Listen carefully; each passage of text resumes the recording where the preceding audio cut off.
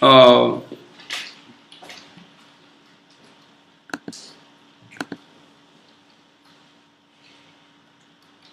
Last but not least, someone asked, what is the teaching that we have concerning multiple wives? Now, I'm going to go deeply into this, and I'm going into it strictly from the scriptures, and I'm not dealing with anyone biased on how they personally feel about it on either side. When I say this, we have for a long time strayed away from this topic altogether. Why? Because either way, someone is going to be unsatisfied. And the example I can give you, we have stayed away from it because I've known it, especially after being in past Israelite situations, that if you talk about a man can have more than one wife, eventually that's going to give a person that have the spirit of wanting to deal with a lot of women the green light to do it. And then claim the Most High is putting the spirit on them to do this. You understand? And now they're going to use that as an excuse, say, well, it's lawful, so, you know, when really they were looking to satisfy themselves. It had nothing to do with taking on another wife, making sure that she's provided for, making sure it's according to the law. And that's why I shied away from it altogether. The other thing is, on the other side of it, if I teach in the scriptures that it did happen, you would have sisters who would feel threatened that they're going to lose everything and lose their relationships or whatever the case is. If their man feel that they can do this because they've been struggling with their man in the past who wanted to deal like that. And why make it lawful for something that can lead to whoremongering? Right? So I can understand the fear on both sides. So what I'm going to do is I'm going to go into the scriptures, all in all, and just break them down according to the scriptures. All right?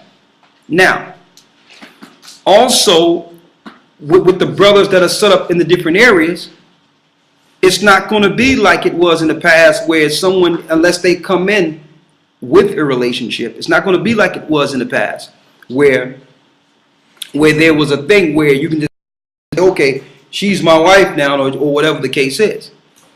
They have to go through a regular situation according to scriptures with the elder in their area. Okay, which they go to the elder and say, well, this is the person I met, and then the elder sit down and give them the rules of what will happen and what they would have to do concerning the sister's father and the whole thing. So if we do it that way, that takes the onus off the church, and it's up to that person, that brother and that sister to follow the law according to the scriptures. You go ask you go ask the father for his daughter. Period.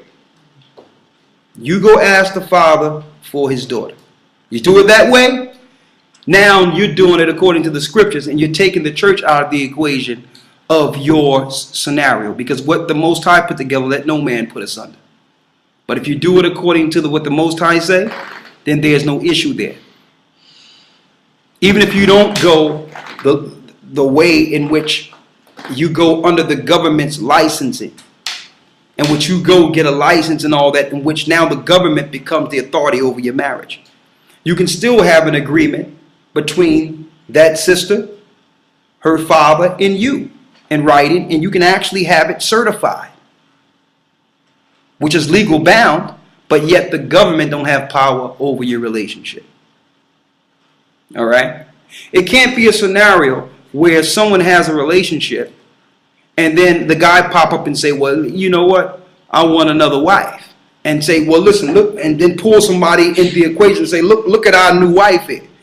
It don't work like that.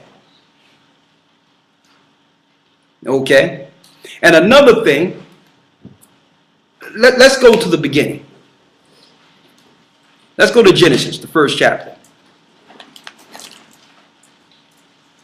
And another thing we're not going to do is we're not going to allow other people on the other side to pull out scriptures that doesn't apply either. I know some people go into the scriptures especially the sisters, they'll go in the scriptures where it says, in the beginning it wasn't so, and claim that they multiple wives because the Most High didn't create two women. That's total philosophy. We can't go into that either. That's philosophical and it's open for argument. Truth is not open for argument. Truth stands by itself. If there's a place where you can argue, then there's no truth there. So we're going to deal with this as it is written. Go where it says, flesh of my flesh, bone of my bone. It's the book of Genesis, the 2nd chapter. Go ahead. This is verse 22.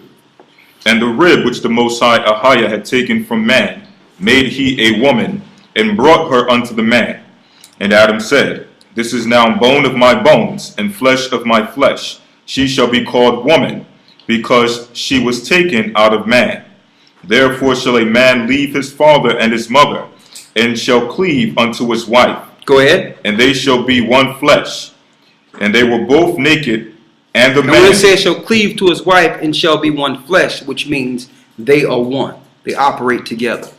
Now the example I can give you, let me go through some examples, because you have some Hebrews out there who teach this as a doctrine. And the doctrine they teach is that it's okay for a man to have as many wives as he wants. That's a bold-faced lie. That's not all right. That's not all right according to Scripture. That's a lie. A man cannot have as many wives as he wants. All right? Now, I'm going to prove that. But I'm going to show you some examples that's used where it happened in righteousness. Let's go to Jacob when he received Rachel and Leah.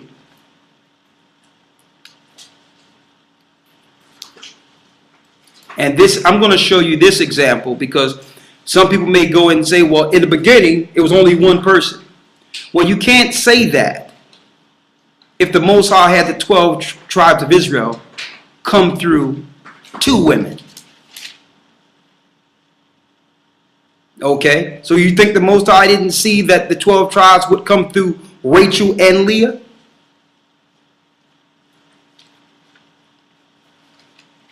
So that happened. And even though we should not desire to live like that, to tell you the truth, because we're going to go into what Paul spoke about it also. All right? Even so, we shouldn't desire to live like that. We can't ignore that the Most High brought forth the 12 tribes, not just one woman.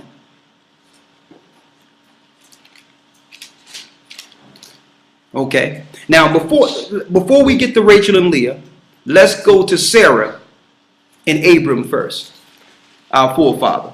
When Abram could not have any children.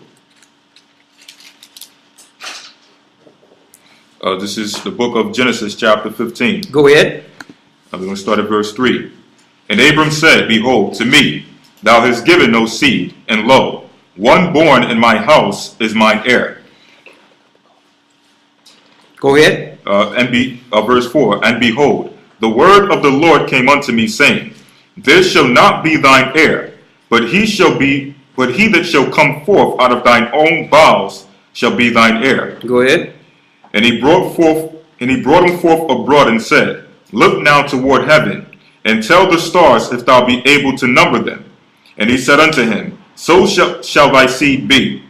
And he believed in the Lord, and he counted it to him for righteousness. And he said unto him, I am the Lord that brought thee forth out of the land, out of Ur of the Chaldees, to give thee this land to inherit it. And he said, The Most High Power, whereby shall I know that I shall inherit it? And he said unto him, Take me an heifer of 3 years old, and a she-goat of 3 years old. Let's go straight down to Sarah. This is chapter 16. Now Sarai, Abram's wife, bare him no children. She bare him no children. And she had a handmaid, an Egyptian, whose name was Hagar. Go ahead. And Sarah said unto Abram, Behold, now the Lord have restrained me from bearing. I pray thee, go in It may be that I may obtain children by her. Now listen to this clearly. Abram, through the lust of himself, wasn't seeking another woman. Abram didn't look at Hagar and say, you know what? That's and bring her to Sarah and say, well, listen, you know, she's going to be. No, that was Sarah's handmaid. That means she was paid to work in a house to serve Sarah. She belonged to Sarah. So Sarah, out of all the handmaids working in the house, she seen something in Hagar and said, you know what? I'm not going to be the woman that will deny this great man his seed. If any man need a child, Abram need a child. So I'm going to sacrifice my feelings and bring forth Hagar to him, to wife, so that he can have an heir. That's how much she loved Abram. Now that was an honor, even though it hurt her to do so, because it showed you in scripture, especially in Joshua, that this wasn't a good feeling with her. But she knew that she had to do this above her feelings. And this was before the Spirit came to Abram to show him that that woman that's barren, she's going to have that chosen seed. But before that, in her flesh, Sarah thought it was the right thing to do. So this wasn't that man going out finding a woman saying, yeah, I want another wife. This was a circumstance. The Most High was doing two things. He was showing his promise through Sarah in the future that a woman could not bear would bring forth a child that would be the promised child and have more children than the bondwoman. And also, he was using Hagar to bring forth a nation, Ishmael, that would play prominent in prophecy in the future. So overall, outside of these two people, there was a grand plan by the Most High. That's what we have to see here. All right. That was the plan of the Most High. Abram looking around to see which one of Sarah's handmaids were cute or was shaped a certain type of way, and was like, okay, I need that to be my wife. It wasn't that type of thing. And I'm saying this because that's what Israelites are doing today. That's what they teach. I can have as many you have people teaching, listen, not only can I have many wives as I want, they be teaching, I'm going to take all the nations, one going to be doing this and one going to be doing that. I'm going to have wives and ravish them. These guys are out of their mind, saying they're going to rape women and all that. But these are the places brothers and sisters are frequenting on YouTube because it's entertainment, and then coming to our site when they want to exercise their own feelings and claiming that it's okay to just have any woman they want. When you can't use, as we can see, Abram and Sarah for that example. Okay? So we're going to go through some of the examples. Obviously, you can't use Abram and Sarah for that example, because this was a grand plan by the Most High.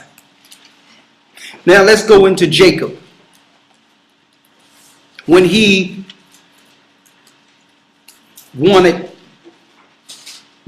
Rachel. This is the book of Genesis, the 29th chapter, the first verse. Then Jacob went on his journey and came into the land of the people of the east. And he looked, and behold, a well in the field, and lo, there were 3 flocks of sheep lying in it. For out of that well they watered the flocks, and a great stone was upon the well's mouth. Jump down to verse 15. And Laban said unto Jacob, because thou art my brother, shouldest thou therefore serve me for naught? Tell me, what shall thy wages be? And Laban had 2 daughters. The name of the elder was Leah, and the name of the younger was Rachel. Leah was tender-eyed, but Rachel was beautiful and well-favored. When it says tender-eyed, Rachel Leah wasn't as pretty. She was okay. That means she wasn't that pretty to look on compared to Rachel. Rachel was absolutely beautiful. So Laban said, well, which one of my daughters would you want to marry? Because why? The Most High was blessing Jacob. And when Jacob went around Laban was getting more resources and power than he'd ever had on earth. So he said, listen, I need to keep this guy around. The God is with him. The Spirit is with him. So he said, listen, what can I do to keep you around here? Read on. Verse 18. And Jacob loved Rachel and said, I will serve thee 7 years for Rachel. He says, I will work 7 years for her. Read. Thy younger daughter. So that was an agreement between her and between him and the father. This is not meeting someone like we all be guilty of and we're guilty of in the past. And just saying, well, I'm going to pick up a wife. No. You have to go to this woman's father. That's number one. If we don't take these steps, then it's not marriage. Read. Verse 19.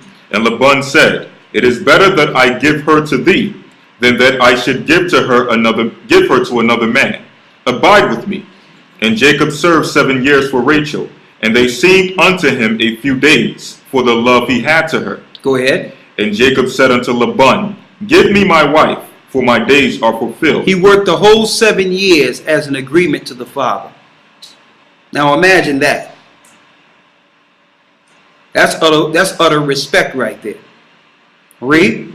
And Jacob said unto Laban, give me my wife, for my days are fulfilled, that I may go in unto her.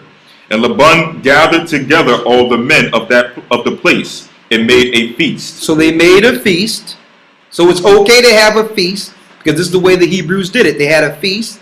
Read. Verse 23. And it came to pass in the year that he took Leah his daughter, and brought her to him, and he went in unto her. So, but in the night, when it was time to release the daughter into Jacob's chamber, he released Leah instead of the woman he worked for. Read. Verse 24. And Laban gave unto his daughter Leah Zilpah his handmaid for a handmaid. And it came to pass in that in the morning, behold, it was Leah. And he said... So he woke up in the next morning after consummating with her and realized it was the wrong daughter. This wasn't the daughter he worked for. Read. And he said to Laban, what is this that thou hast done unto me? Did not I serve with thee for Rachel? Go ahead. Wherefore then thou hast beguiled me? And Laban said, it must not be so done in our country, to give the younger before the firstborn. So now he used a technicality. I have to give the firstborn first. You chose the younger. Was this Jacob's decision to have 2 wives? No. It wasn't his decision. He was tricked into Leah. It wasn't through the lust of his heart or his desire to have another wife. But because of the agreement and the customs of that country, he had to abide if he wanted Rachel. So what did the guy do? Laban played. He withheld information, what I would call lying through omission. He knew, according to the customs of his country, you don't give away the second daughter before the first daughter. The daughter that comes first must be given her hand in marriage first. But he didn't tell Jacob that, lying through omission. Why? Because he needed Jacob to stay. Jacob was blessing his land. Read. Verse 27. Go ahead. Fulfill her week, and we will give thee this also for the service which thou hast served me yet 7 other years. And Jacob did so, and fulfilled her week. And he gave him Rachel his daughter. So that week it's talking about is a 7-year period. So he had to serve another 7 years, which is a week in years. for Leah. He worked 14 years in an agreement with the father to finally get the wife he wanted from the beginning. See that? And the 12 tribes came through these two women. And again, it was the will of the Most High. This was not through the lust of the flesh. This was not what Jacob desired from the beginning. It was what the Most High ordained from the beginning. Okay? I'm giving some examples. Now, brothers, straight out, including any man out there, the patriarchs have already been established. So there's no reason that we can use any of these excuses, because this was established for the patriarchs so that the 12 could come through them, and we're born. And I'm glad the Most High did this with Leah. I mean, Judah, we came through Leah. Okay? Christ came through Leah. So you can't, so on the other side, sisters can't say it's wrong in that context and say, well, the Most High didn't have it so in the beginning, and use all these other philosophical terms, because what they're adamant against. When the Most High had Judah, which Christ came through, come through a woman who Jacob didn't even want. Now examine that.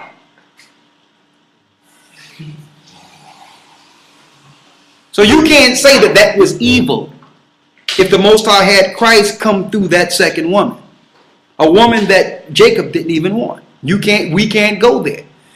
We can do the arguments within the proper context of the scripture without taking the scripture and using it for our personal feelings. Now, we know there's a lot of cultures that still exercise these scenarios, in which they go through all the law, multiple wives as part of the culture, and there's no big deal about it, because the culture is used to that particular type of living to some degree.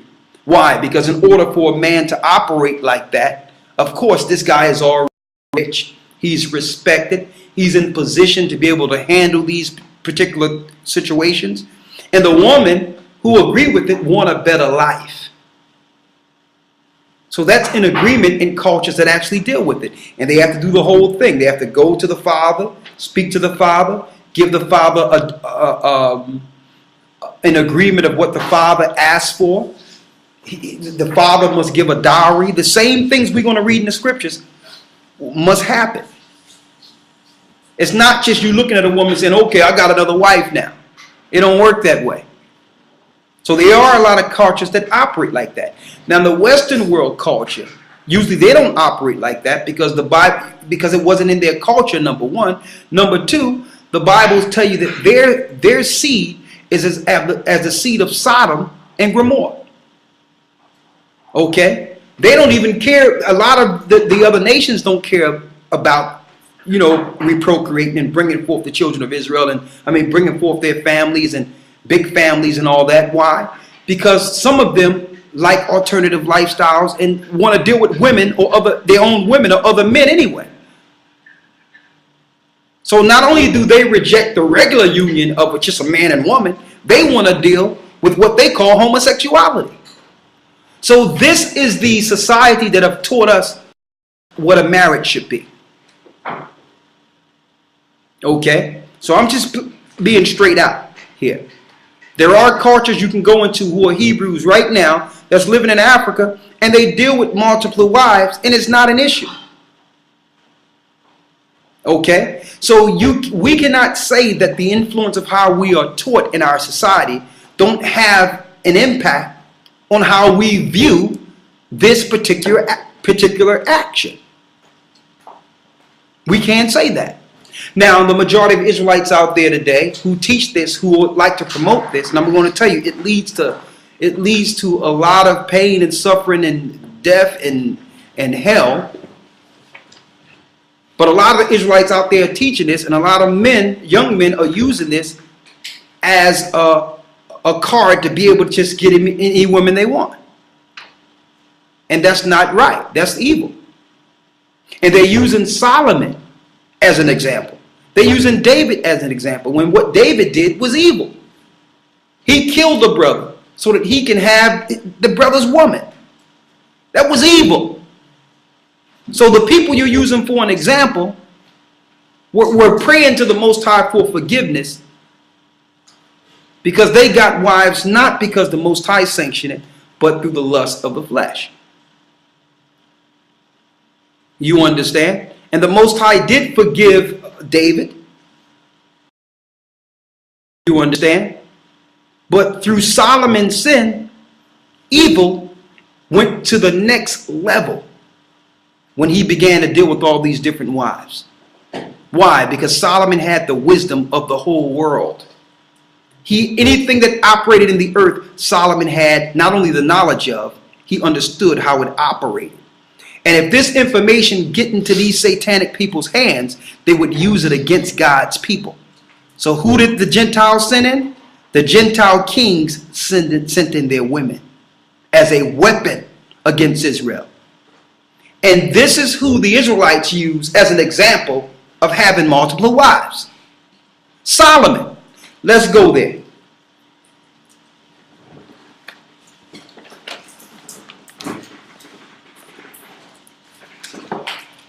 It's the book of 1 Kings, the 11th chapter. Go ahead. 1 Kings chapter 11, verse 1. If the father is deceased or there is no father, then you have to look at the next of kin. You have to look at an uncle. Okay? If there is no uncle, then you have to look at a brother. Okay? Usually if the father dies, the oldest brother in line becomes the father of that child. If there's no brother, if there's none of them, then it's the brother. If there's no brothers, then you have to look at the man that have been the influence over the family. Okay?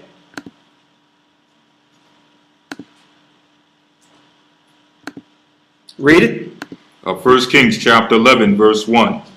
But King Solomon loved many strange women, together with the daughter of Pharaoh, woman of the Moabites, Ammonites, Edomites, Zidonians, and Hittites. These are all the women Solomon loved. Read. Verse 2. The nations concerning which the Lord said unto the children of Israel, Ye shall not go into them, neither shall they come in unto you, for they will turn away, for surely they will turn away your heart after their gods. Solomon clave unto these in love. Go ahead. Verse 3. And he had 700 wives. He had what? 700 wives. He had 700 wives. Princesses and 300 concubines. And his wives turned away his heart. For it came to pass when Solomon was old, that his wives turned away his heart after other gods. That is crystal clear. Now, this is the example that Israelites used to say it's okay to have wives. And they would say, read, 700 wives. You want to tell me I can't have 5? And Solomon had, I done seen these things. What's wrong with me having 5 or 6? Solomon had 700.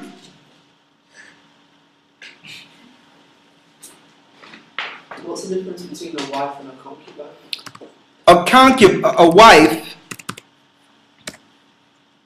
Concubine is basically a wife of another nation. Of another nation. She's still a wife. She's of another nation. Yes. Like similar to Hagar would have been considered Abram's concubine. She still have the same, rights as a wife, but she's not a Hebrew, so she was usually considered a concubine. And but I'm gonna tell you how the Hebrews spend this that I've grown and learned around, and I've seen where high priests and all that sit there and say, "Well, concubines, brother, it's just meat." This is what they taught. Concubines is meat. I've sat there. I'm like, what?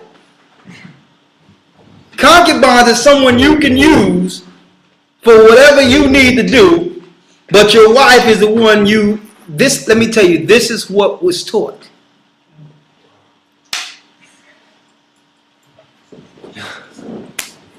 Okay? And see, this is why when people listen to all these different groups out there that sound like they out of their mind, talking about they're going to rape people and kill people, this is what they teach. When you got some guy out there teaching, listen, I got a white concubine, I got a Chinese concubine, because in their mind, these are just women that they're dealing with.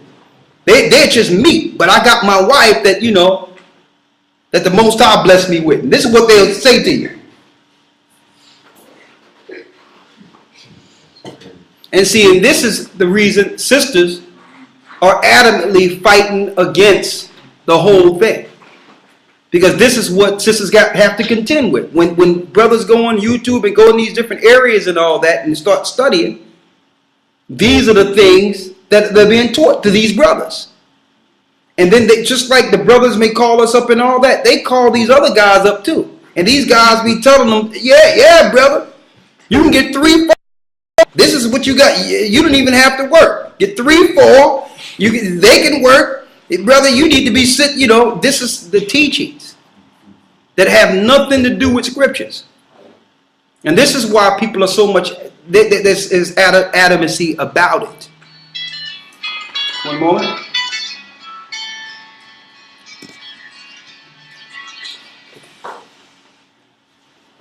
Go ahead. This is verse 4. For it came to pass when Solomon was old, that his wives turned away his heart after other gods. Go ahead. His heart was not perfect with the Most High his power, as was the heart of David his father. Go ahead. For Solomon went after Ashtoreth, the goddess of the Sidonians. So these women started teaching him, weaken him, and began to teach him to worship different gods. That was the fall of the children of Israel. And because of this, the kingdom was split.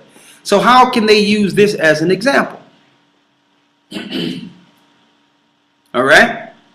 Now, here's the scripture before we go into the New Testament.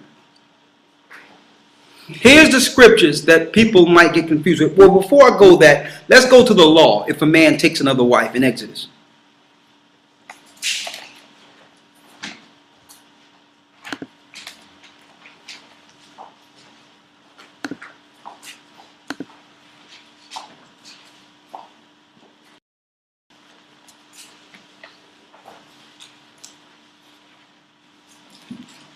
A concubine is still a wife. Okay? She's still a wife, but she's considered a wife, a concubine type of wife. She's not an Israelite type of wife. She's not of the same nation. It's still wifing a woman.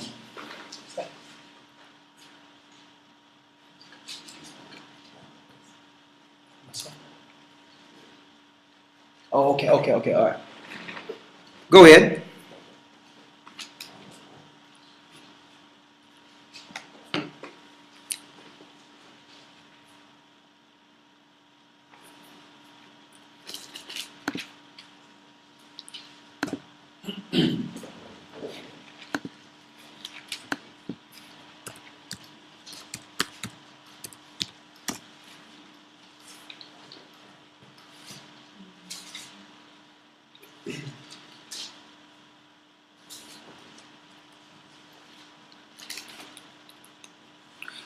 Let's go to Exodus 21 and 10.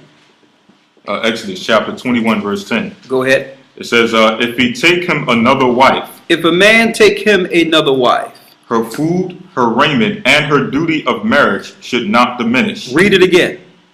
If he take him another wife. Now this was the law. If a man was to take another wife in the Old Testament.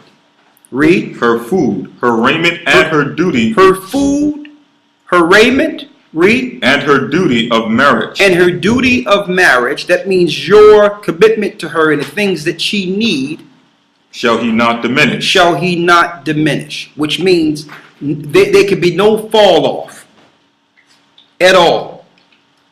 If this man could take on another wife. Now imagine what a Hebrew man needed to have before he could actually take on another wife.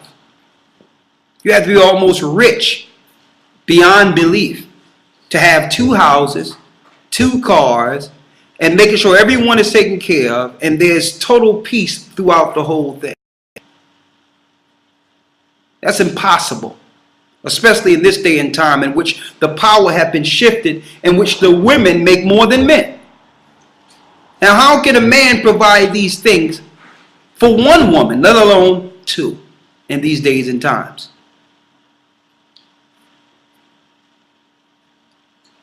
Verse 11. So it's not that you got two wives, you got a wife, and then you got two accomplices, or 3 or 4 accomplices. That's what it comes down to.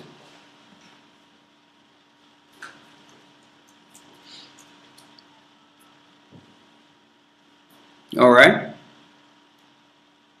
So when the brethren look at certain things, when people come and say, okay, we together, all right, brother, let me see the paperwork of the father and the agreement you made with the father. That's how it should be. And then if the guy do have all these things, then we look at Sarah as an example of, we need a scenario to say that, okay, you needed to do this. What is the scenario there? You know, she couldn't have children, or what's the scenario there? If you want to look at the scripture term and show an example of the reason why a man would pick up another wife. Read that again. Verse 10. If he take him another wife, her food, her raiment, and her duty of marriage. Her food, raiment, and duty of marriage. Shall he not demand? Verse 11.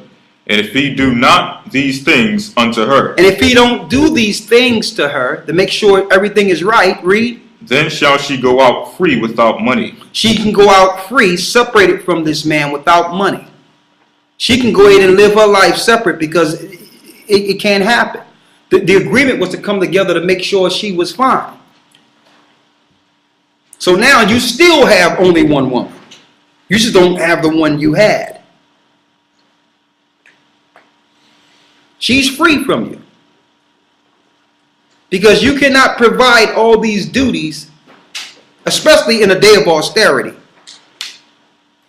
And you have some people, they can be living in their mother's basement talking about they got 2, 3 wives.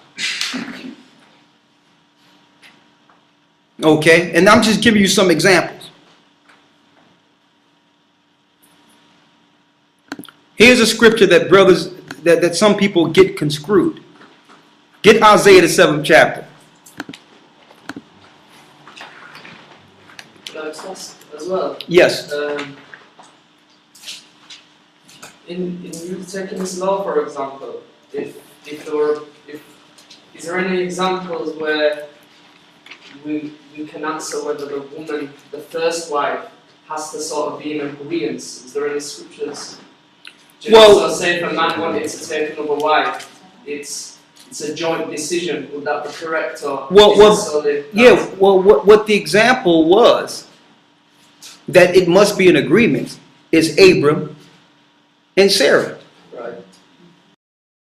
You understand? Because a lot of men obviously think it's down to. Now I'm going to tell you this too, because I'm going to go to the other side of this.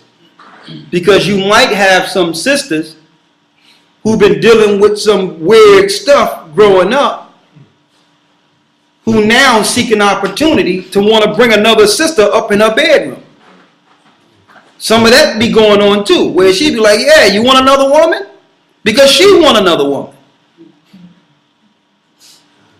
And now I hate to talk about these things, but that's for real. That's for real. And she'll come and say, yeah, it look like you need another wife. Look like you've been struggling.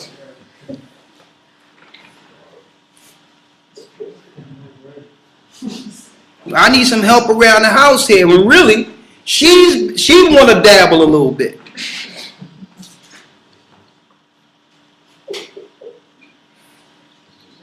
Another example to touch on what Josh just asked, the same thing that happened with Abraham and Sarah. The same exact thing happened with both Rachel and Leah when they agreed to give their handmaids to Jacob to bring forth some of the 12 tribes. Yeah. So. Yeah, that was a total agreement. Because, listen, you think Leah didn't know that Rachel's supposed to have been first? She went with it because she knew not only the blessings of this man, because let me tell you, they can tell a blessing when he come around. The whole place was blessed. She was like, man, everyone loved Jacob. So she agreed. And Leah didn't use that as a situation. Leah was upset. I mean, Rachel was upset. Because the whole time he was courting Rachel. But she didn't use that as a pretext to get bitter and say, well, I don't want this man. It's like, no, that's my man. I'm going to wait another 7 years, and I'm going to bring forth children for this man. He's going to love me. I'm going to love him, and I'm not going to let this situation stop it. But that was the culture. That was the understanding. The majority of things we fight against in our society is our programming. So I can admit that I've been programmed a certain type of way and not use that to look at the scriptures and claim, well, that scripture must not be saying that. No, your programming won't allow you to receive what you're seeing here. It was the culture that separated us from the righteousness of certain things that happened, but it was done in righteousness. Sisters are adamant against it because what's the chance of a man operating with righteousness? And you don't have nothing. It's impossible. So now you just brought forth another problem. That's just we have problems already. Now you got another problem we all have to take care of. You understand? And that's why sisters like, well, I don't want to deal with this. We got problems already and we have nothing, and you're going to bring another person in the equation? So the societal structure of what they've given us in the Western world won't allow us to do this and be able to fulfill the law accordingly. It's almost impossible. Now, I'm not going to sit there and say that something is unlawful that the Bible have a law on. But we still have to speak in common sense terms too. You understand? And I think some people were asking, well, why haven't we been touching this? Because there's no win on either side. I can explain it and break it on down, but at the end of the day, people are going to do what they're going to do.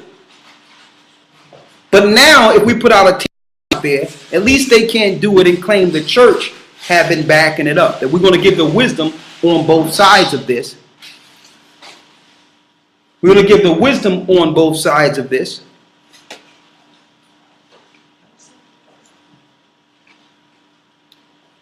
All right.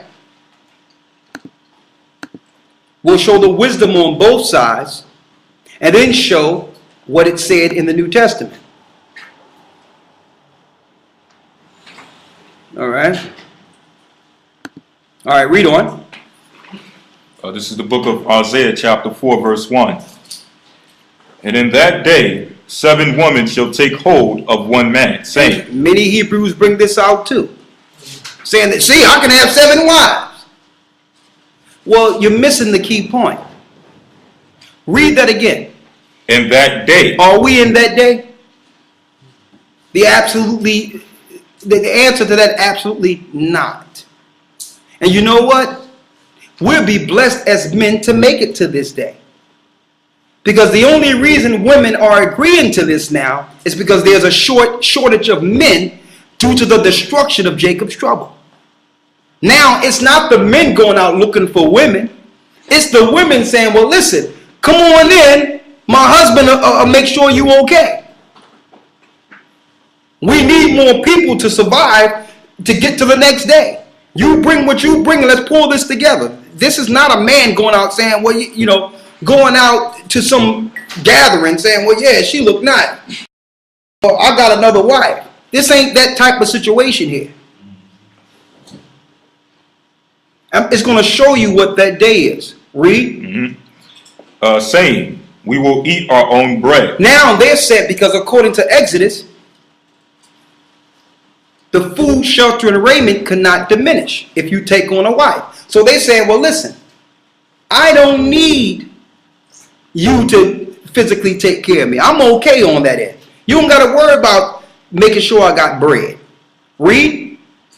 And wear our own apparel. You don't have to clothe me. I'll take care of that myself. But what? Only let us be called by thy name. to take away our reproach. But we're going to need your name so that I don't have a reproach. I need your protection. I need the seal that's on you to protect me from the death that's coming. So when it talks about the seal of the elect men, they're not just sealing themselves, they're sealing their whole household. So if they take on wives, it'll be due to this, not because of their carnal lust, because they like somebody or whatever the case is, and they want another woman. And then some of these women, even though they're taking on your name, some of them can be your wives in this day. But some of these women won't be your wife. Sometimes the sister may come with her cousin and her mother who need protection. They still are under your house. Just like the blood was on Moses' door. Not only did he have his wife, he had the mother, the mother that adopted him. She was protected from it too, because she was in the man's house.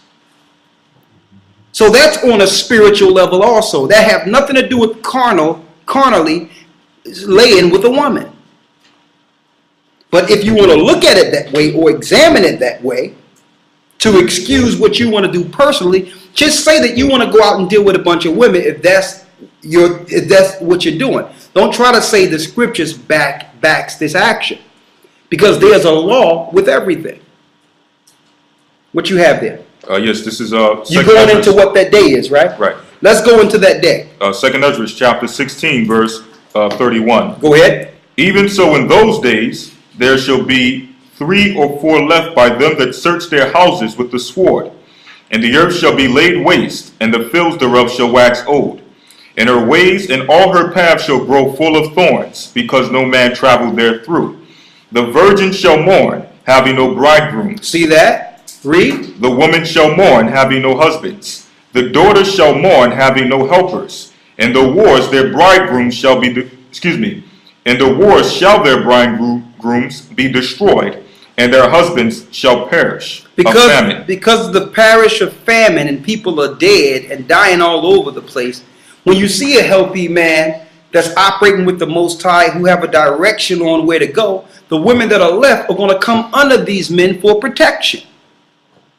So that's in that day. And that, give me that precept again. 2nd Ezra 16:31 through 35. 16:31 through 35 of 2nd Ezra. That's the precept you link in within that day. Are you dealing with this right now? No. So that doesn't apply to taking on many women. We cannot utilize this. Okay. Now there was scenarios even in the New Testament in which within the culture of Israel there were multiple wives. That's why in Timothy's it says that if you desire the office of a bishop or a deacon, you must be the husband of one wife. It wouldn't have that term there or that stipulation there if men who are Hebrews didn't have more than one wife. But in operate in a church setting, if you're looking to grow and to become 144,000 to grow and teach others, that means you desire the office of a bishop or deacon. Your desire should only be one woman, according to the law. See that? Of the New Testament. And what does it say about that in Romans? Let's go to Romans where Paul tells us that we're near the end. Those with wives be as though they have none. Is that 1 Corinthians? Yeah, 1 Corinthians, yeah. 1 Corinthians 7, excuse me.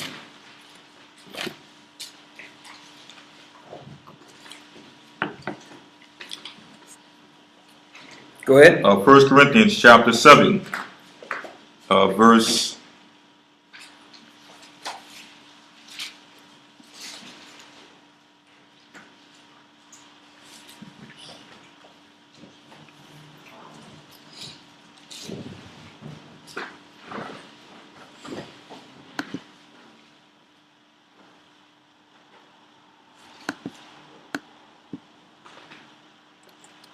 let me get it here.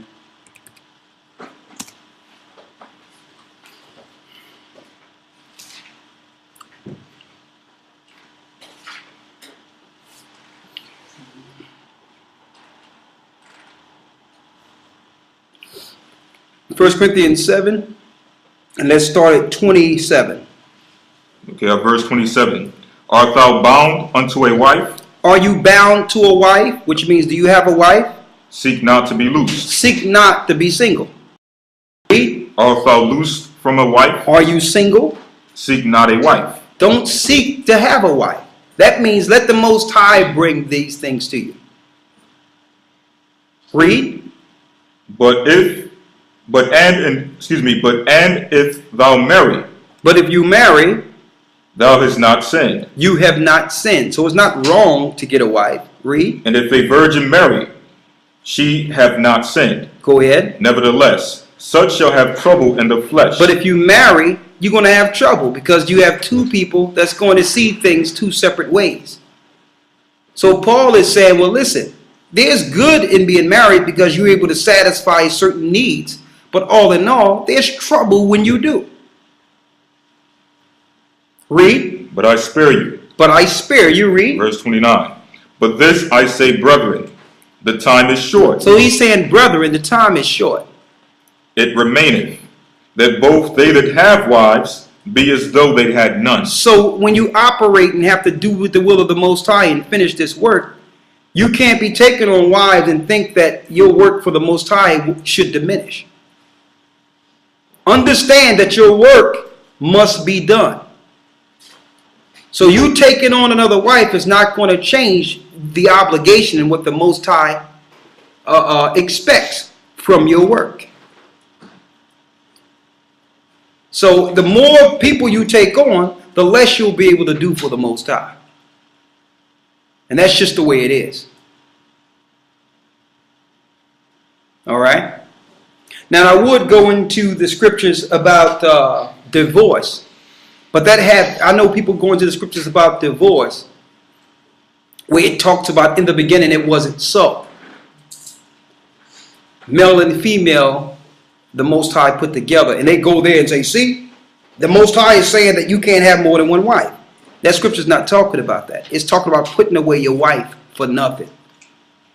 That's what it's talking about. And what he's saying when it comes to divorce, in the beginning, it wasn't so. That scripture had nothing to do with a multiple wife scenario. And I'm saying that so sisters can't go there and use that anymore because it have nothing to do with that. That have something to do with a man putting away his wife for nothing. Okay? Just wanted to put that out there so that we can properly divide the word of truth. So I think I've answered that from every side according to scripture. If a man is going to deal with a wife, you understand? You go to the father after asking her, and then you ask the father for his hand, and y'all get the agreement. Then you come back before the elder and you perform it with the agreement with the father giving away his daughter. You don't have to do it within the... You could do it if you want in the Christian setting or the European setting if you would like. That's up to you. But you can do it and write it down without doing that and get it notarized as an agreement. Okay? And if that's not done, if the woman is not given away, that's not marriage. Go ahead. This is Exodus chapter 22, verse 16. It says, and if a man entice a maid that is not betrothed, and lie with her, he shall surely endow her to be his wife. If her father utterly refuse to give her unto him, he shall pay money according to the dowry of virgins. That's crystal clear. So there's no wifing without the father involved. Because that's who you are accountable for. To take on his daughter and treat her like he would if that was his wife.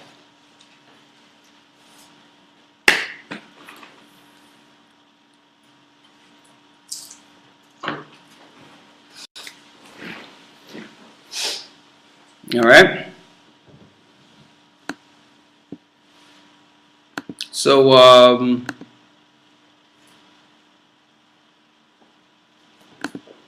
let me open this up for questions here. I'll take questions for 5 minutes and I'll yield this to the brother. Let me save this.